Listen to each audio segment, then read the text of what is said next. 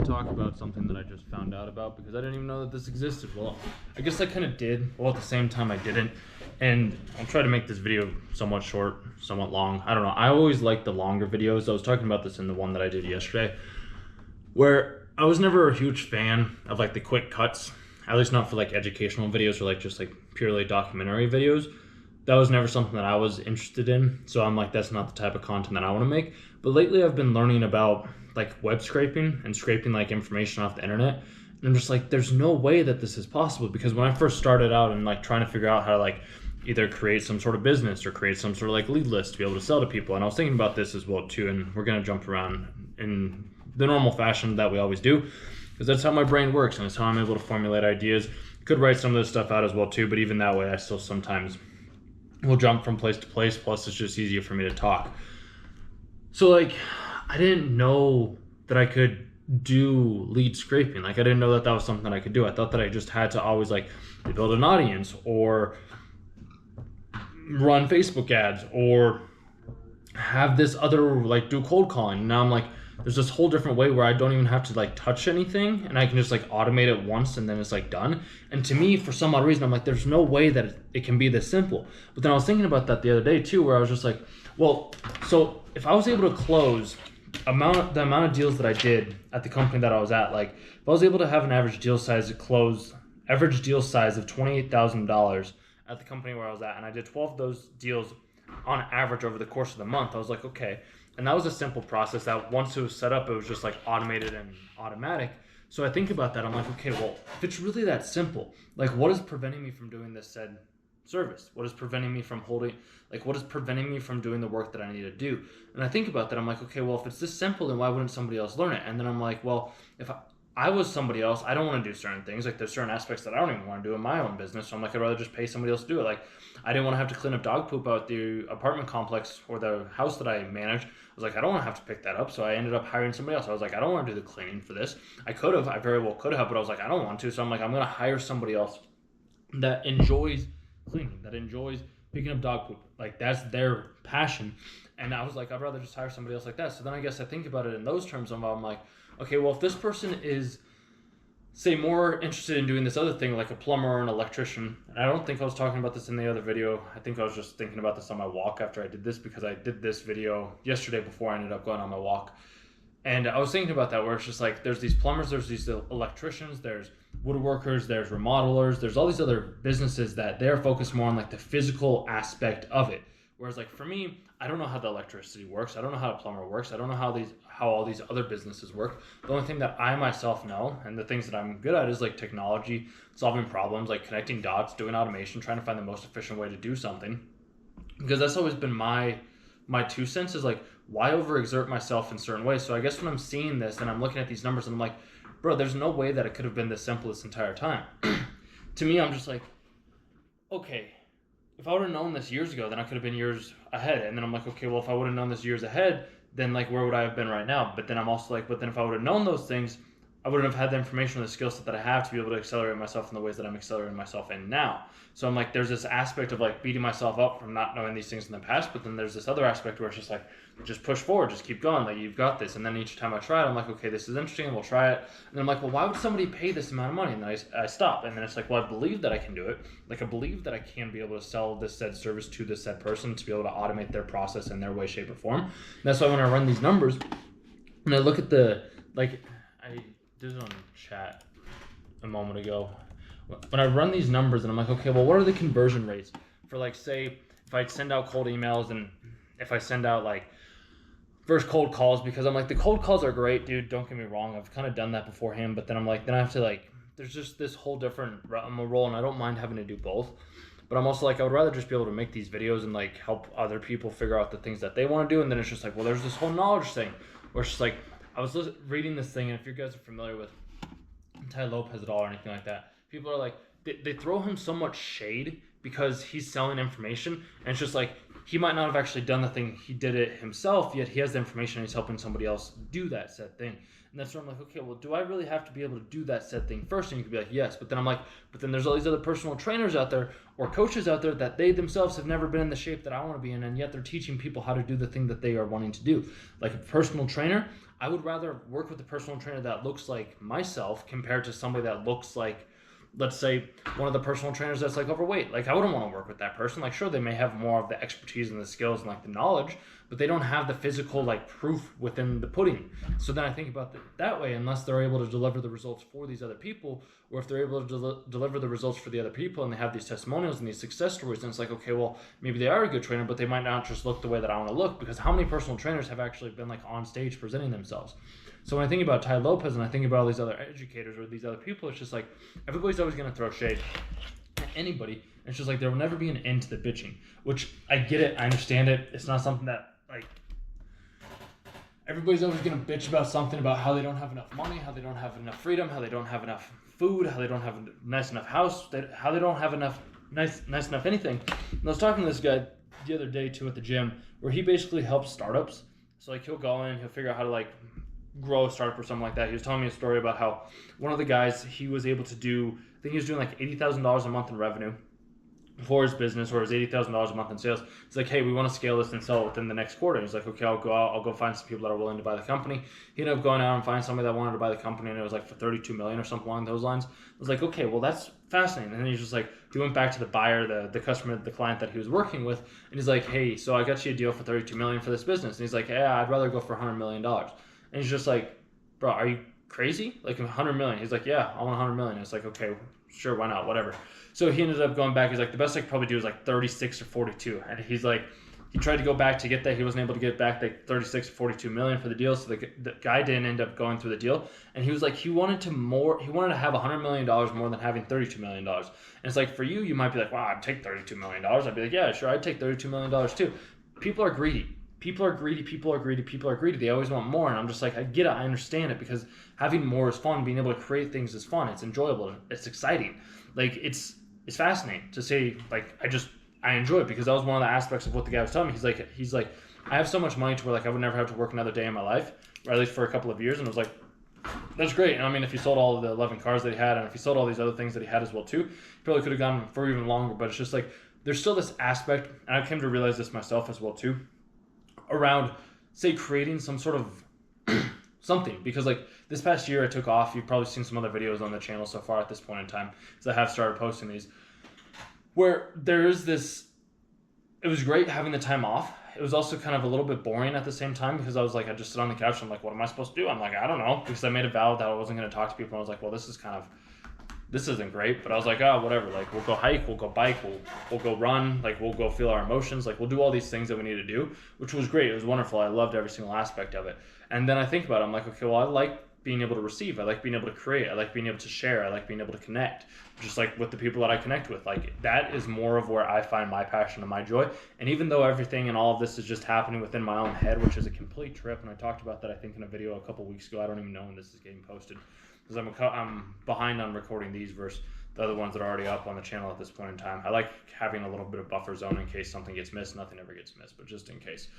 And that's where I'm like, if all of this is just happening in my head, then I can share it in the ways that I want to share it in, and connect with the people that I want to connect with. So that's why when I was talking with the one dude where he was able to close these deals and have these other startups, and he was telling me about how he wanted to be able to, when he first started out on the journey that he went on, he's like, I want to have like this big impact. I want to do things that are passion project. I want to do like this really big, like he basically started a cardiovascular like business where it's like the health industry is like $1 trillion company. He's like, I'm going to help people's hearts get better. Like, I'm going to help people in this way. And like, they were just bleeding him dry. Like, there's more money in not healing people than there is money in healing people, which is messed up. It's not the right way to live, but that's why I'm much more of a big proponent of like holistic approaches, like energy, like more doing nature or meditation, self-inquiry, healing yourself through your own belief system. Because if you think about it, placebos work because you believe them to work. So if you just have a strong enough belief system, you can technically heal anything that you want to heal. And I know some of you are going to be like, that's crazy, that's not true, we can't do that. But from my personal experience, from what I've been able to see,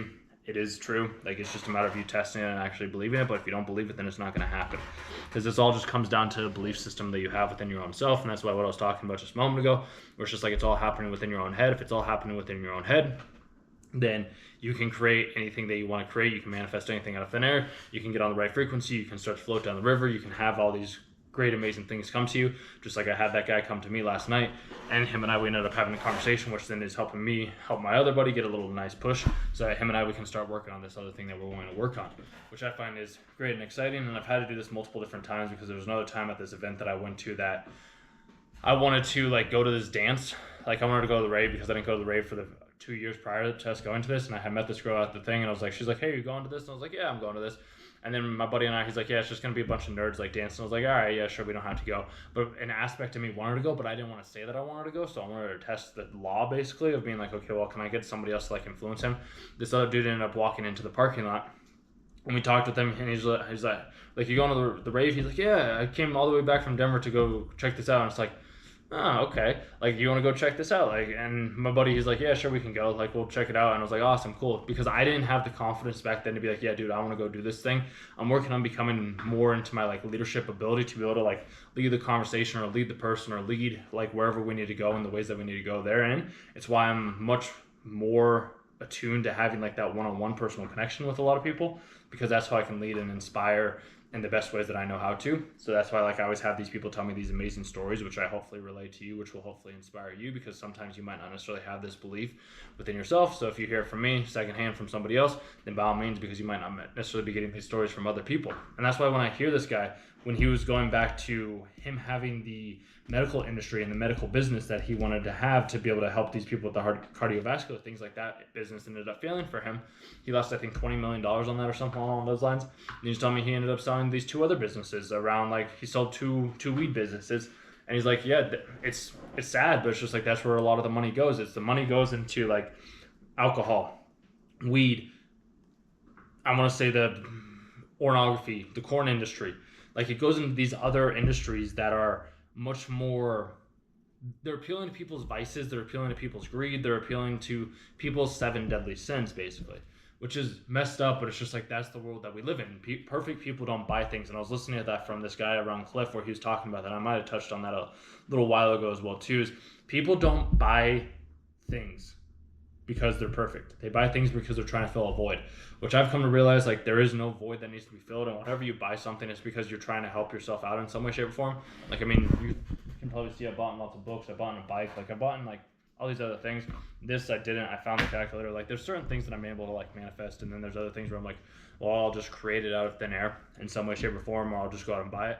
But there are certain types of information where it's just good to buy it from somebody else, because then you have some skin in the game. Because like the YouTube content, like, I don't know if I'd still be making content if I didn't invest in that course around like how to make money online using YouTube. And it was like a $997 course, and like in the grand scheme of things, it could be like, oh, I could just stop and do this. But for some odd reason, I like still talking out to the camera, because a lot of the times, like, I can't talk for 12, 15, 13 minutes, whatever it is, 30 minutes, however long this video is going to be, in front of somebody else. Because like some friends that I know, I can just tell that they aren't interested in the same topics that I'm interested in talking about. So that's why if I do it online, it's going to get attracted to the right people that are wanting to listen to the right thing. Because I myself have always listened to like 3-hour-long podcasts, or an hour-long seminar, or an hour-and-a-half long seminar, or 40-minute trainings.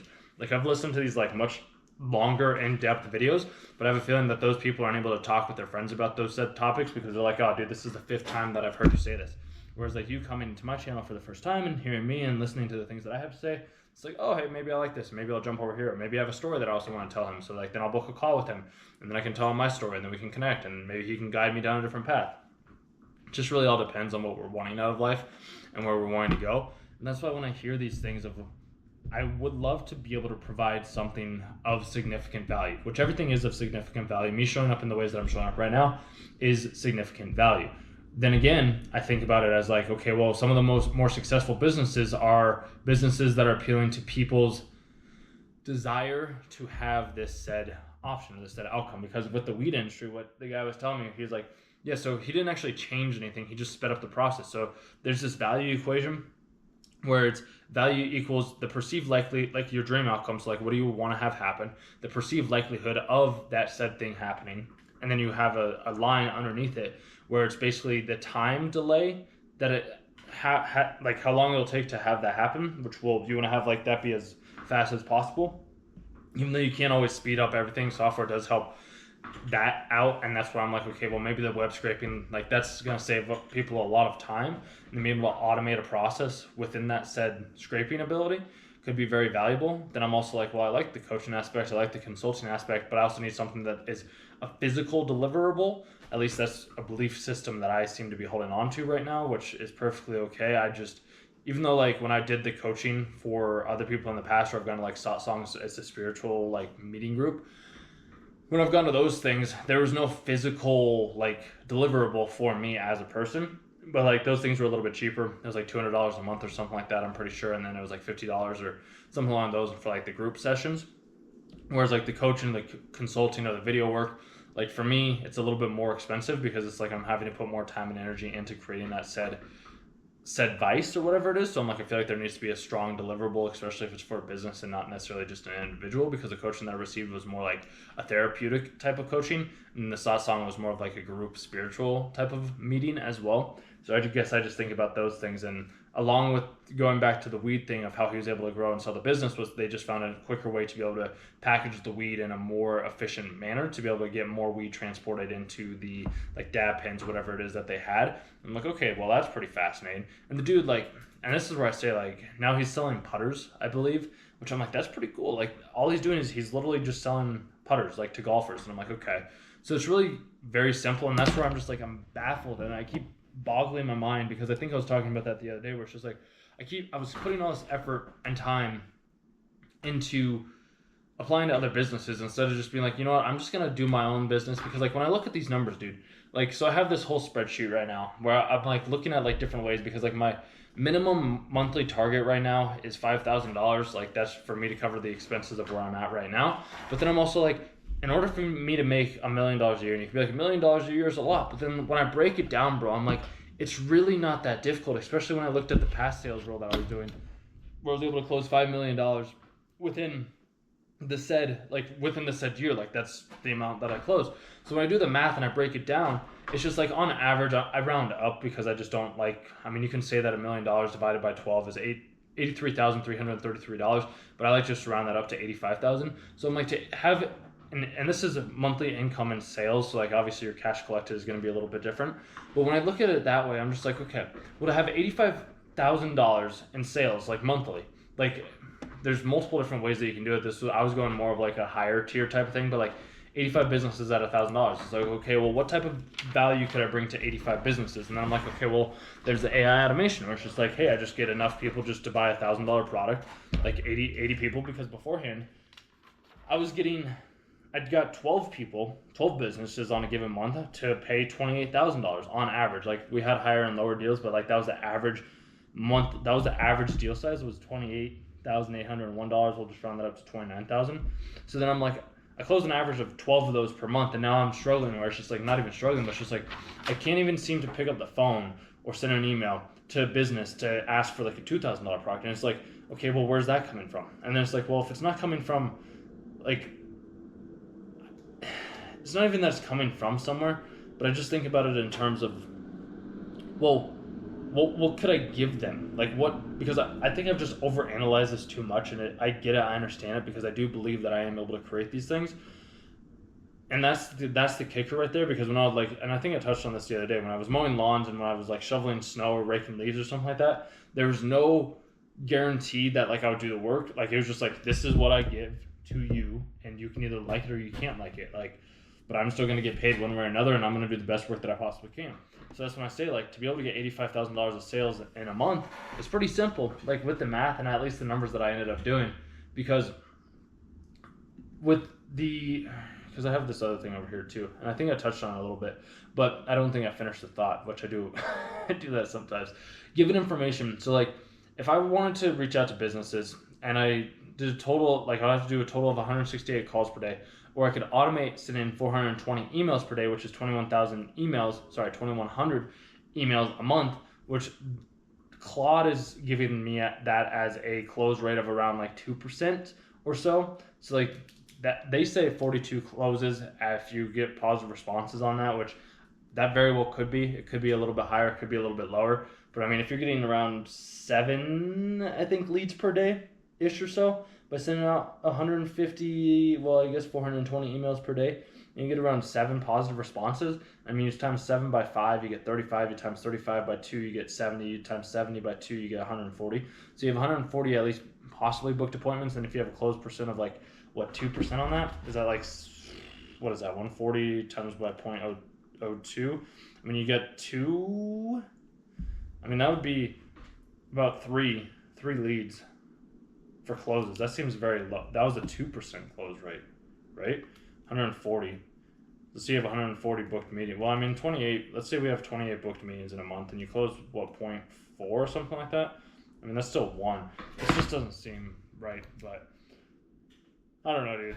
I guess I'm just under the impression where it's just like, to be able to close somebody and give them the value, and this is where maybe my hang up is coming. Is just like, what is the thing that I want to do? Because I want to do one thing, but it's also like I want to do this other thing. So I keep bouncing back and forth, kind of like I do with these ideas that I have as well too.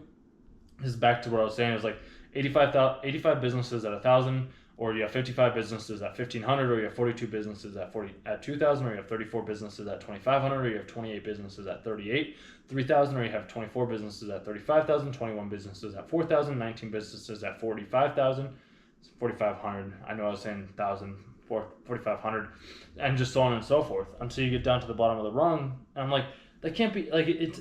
You could be like, oh, that's so difficult having to close 42 businesses at $2,000, but I'm just like, it can't be that difficult. Like, it's just, you just do one at a time, and you just get one yes and one yes and one yes. And there's a Churchill definition of this. What one of the dudes said to me the other day, one of his quotes, where it's just like, you go from failure to failure to failure without losing any amount of your enthusiasm. And I'm like, I like that. Because that's what sales is, that's what personalities is, that's what communication is. Like, it's going from one failure to the next, to the next, to the next.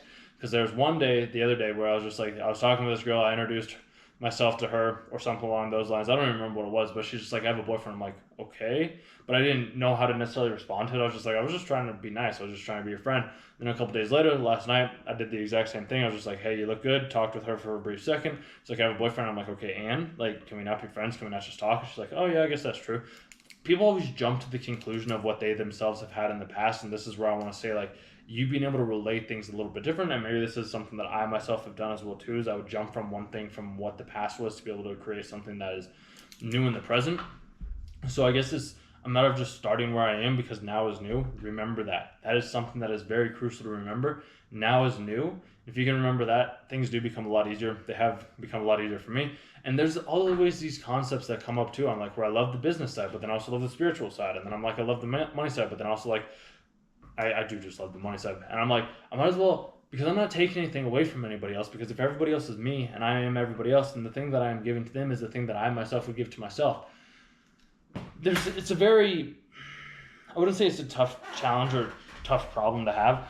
It's just one of those things that I myself have always maybe, I wouldn't say prided myself on, but it's just, I like being able to talk with people. I like being able to provide solutions to people, and I would like to be able to get paid for the information and the knowledge that I have in my head, because that's what I was talking about around Tai Lopez. Is some people hate on the dude, yet like clearly he's providing results and like to some people, because otherwise he wouldn't be able to stay in business. And you'd be like, no, he's not. But I'm just like, bro, like, you don't, at least from what I've been able to see, is like, if you aren't providing value to your customers, regardless of how good your contract is, you are going to have to go out of business if you don't have an income coming in. And that's where I'm like, okay, well, just because you can't make everybody wants to be happy. Everybody's going to bitch about something. Everybody's going to say like, oh, I didn't get the results that I wanted. But it's just like, a lot of people don't put in the work. They don't put in the time. They don't put in the effort. Like, it's like going to college or going to school. Like, you can be like, oh, I failed this test. Oh no, what happened? It's just like, oh, I didn't study. But like, when you put money behind it, physically, to like say myself or somebody else online, we always get upset where it's just like, oh, I didn't get these results that we got, because like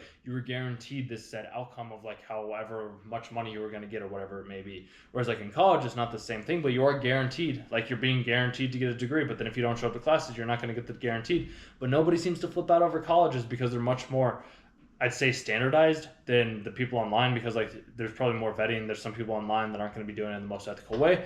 And you have to be able to differentiate that. I've been able to differentiate that through like listening to other people, talking to other people, being able to see like, okay, this person is real. I do vibe with this person versus I don't vibe with this person. But then there's the flip side of that coin is like, well, just because I don't vibe with that other person doesn't mean that other person isn't going to vibe with somebody else. because there's all these same ideas, there's all these same concepts, because every river leads back to the same spot. It's just a matter of finding that one person that you jive with the most and then going down that said route. So I guess that's the thing, is like, what is the person that I jive with the most? Who can I connect with? Who can I help out? What service can I provide to that said person to be able to provide the most amount of insight and influence to that person? These are the type of questions that I always ask myself.